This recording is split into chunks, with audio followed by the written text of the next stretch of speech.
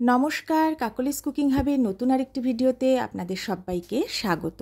আজ আমি চলে এসেছি কাঁচকলার একটা সম্পূর্ণ নিরামিষ রেসিপি নিয়ে।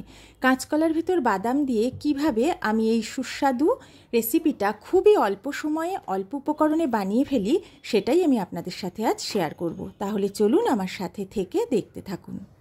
এখানে আমি দুটো কাঁচকলা নিয়ে নিয়েছি। কাঁচকলা দুটোকে খুব ভালো করে ধুয়ে পরিষ্কার করে নিয়েছি। এখন এই দুটোকে আমি টুকরো করে কেটে নিচ্ছি। কাঁচকলা কিন্তু ভীষণই উপকারী একটা সবজি, যেটা আমাদের প্রত্যেকের খাওয়া উচিত। এতে প্রচুর পরিমাণে আয়রন থাকে, কিন্তু আমরা অনেকেই এটা খেতে একদম পছন্দ করি না। আজ আমি কাঁচকলার একটা ভীষণই সুস্বাদু সবজি খুব সহজে সিম্পলভাবে বানাবো, যেটা খেলে আপনারা কিন্তু আর কাঁচকলা খেতে অপছন্দ করবেন না।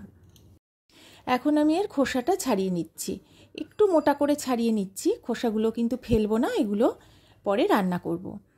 এখন কিভাবে টুকরো করছি সেটা দেখাচ্ছি। প্রথমে লম্বা করে কেটে নিয়ে এইভাবে পাতলা পাতলা করে কেটে নিচ্ছি। একটু পাতলা করে কাটলে রান্নাটাও তাড়াতাড়ি হয়ে যাবে। দেখুন কিভাবে কাটলাম, সবগুলো এইভাবে কেটে নিলাম। এখন একটা বোল নিয়ে নিয়েছি, তার মধ্যে নিয়ে নিচ্ছি বেশ কিছুটা জল। এমনি নর্মাল টেম্পারেচারে রাখা জলই নিলাম। এবার এর মধ্যে দিয়ে দিলাম হাফ চা চামচ লবণ আর হাফ চা চামচ হলুদ গুঁড়ো। এখন এই হলুদ আর লবণ দেওয়া জলের মধ্যে কেটে টুকরো করে রাখা কাঁচকলাটা দিয়ে দিচ্ছি। এবারে একটা চামচ দিয়ে এগুলোকে ভালো করে জলের সাথে মিশিয়ে দিচ্ছি। এইভাবে এটাকে ঢেকে 10 মিনিট রেখে দেব। অপরদিকে আমি দুটো ছোট ছোট আলু নিয়েছি। আপনারা যদি মাঝারি সাইজের আলু নেন তাহলে দুটো কাঁচকলার জন্য একটা আলু নিলেই হয়ে যাবে। এখন আলুর খোসাটা ছাড়িয়ে আমি কিভাবে কাটবো সেটা একটু দেখিয়ে দিই। প্রথমে লম্বা করে কেটে নিলাম, তারপরে একইভাবে পাতলা পাতলা ছোট ছোট টুকরো করে কেটে নিচ্ছি। যেভাবে কাঁচকলা কেটেছি সেভাবেই আলুটা কাটছি। সবজি কাটার সময় সবগুলো একইভাবে কাটলে দেখতে ভালো লাগে। আপনারা যেভাবে ইচ্ছা কাটতে পারেন। এখন গ্যাসে একটা কড়া বসিয়ে দিয়ে আমি কড়াতে দিয়ে দিলাম 2 চা চামচ মতো হোয়াইট অয়েল। তেলটা খুব ভালো করে গরম করে নিয়েছি। এখানে নিয়েছি বেশ কিছুটা কাঁচা বাদাম। বাদামগুলো আমি গরম তেলের মধ্যে দিয়ে দিলাম। এখন গ্যাসের ফ্লেমটা লো করে সমানেই নেড়ে চেড়ে এই বাদামগুলো আমি ভেজে নেব। এটা কিন্তু সমানেই নাড়তে হবে। ভাজতে ভাজতে বাদামের কালারটা বেশ লালচে হয়ে যাবে। উপর থেকে খোসাটা যখন ছাড়িয়ে আসবে আর বাদামটা যখন ফেটে ফেটে যাবে, তখন বুঝবেন বাদামটা কিন্তু খুব ভালোভাবে ভাজা হয়ে গেছে। এগুলো কিন্তু আস্তে আস্তে ফেটে যাচ্ছে আর উপর থেকে খোসাটাও ছাড়িয়ে আসছে। আমি গ্যাসের ফ্লেমটা অফ করে দিয়ে আবারও গরম কড়াতে একটু নেড়ে চেড়ে নিচ্ছি। এর কালারটা কিন্তু বেশ লালচে হয়ে গেছে। আর বেশি ভাজবো না, তাহলে কিন্তু এই বাদামটা পুড়ে যাবে। এখন তেল ছেঁকে বাদামগুলো আমি সব তুলে নিচ্ছি। আমার যেটুকু প্রয়োজন সেটুকু নিলাম, আপনারা আপনাদের প্রয়োজন বুঝিয়ে বাদামটা নেবেন। আবার গ্যাসে একটা কড়া বসিয়ে দিয়েছি। কড়াতে আমি দিয়ে দিলাম 1 টেবিল চামচ সর্ষের তেল। রান্নাটা সর্ষের তেলেই করব। তেলটা খুব ভালো করে গরম করে নিয়ে আমি এতে ফোড়ন দিলাম একটা শুকনো লঙ্কা মাঝখান থেকে ছিঁড়ে দিয়েছি, আর হাফ চা চামচ কালো জিরে।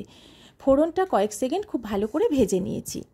এখন প্রথমে আমি টুকরো করে নেওয়া আলুটা তেলের মধ্যে দিয়ে দিলাম। আলুটা দিয়ে ভালো করে নেড়ে চেড়ে প্রথমে গ্যাসের ফ্লেম লো করে ঢাকা না দিয়ে একটু ভেজে নিচ্ছি। কিছুক্ষণ ভেজে নেওয়ার পরে আমি এর মধ্যে দিয়ে দিলাম 1/4 চা চামচ লবণ। লবণটা দিয়ে ভালো করে মিশিয়ে নিয়ে ঢাকা দিয়ে গ্যাসের ফ্লেম লোতে রেখে 1 থেকে 1.5 মিনিট ভেজে নিলাম।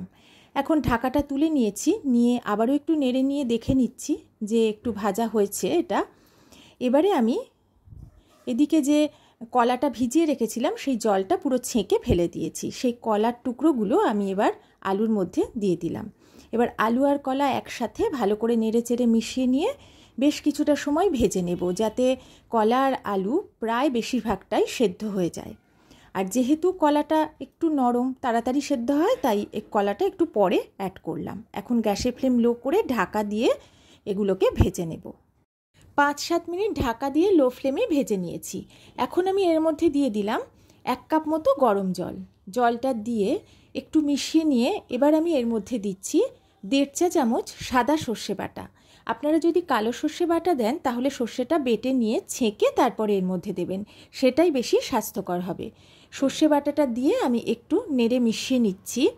এবার আমি এতে একটু জল অ্যাড করব। আমি প্রথমে মশলার পাত্র ধোয়ার জল অল্প দিলাম, আরও একটু জল এতে অ্যাড করেছি।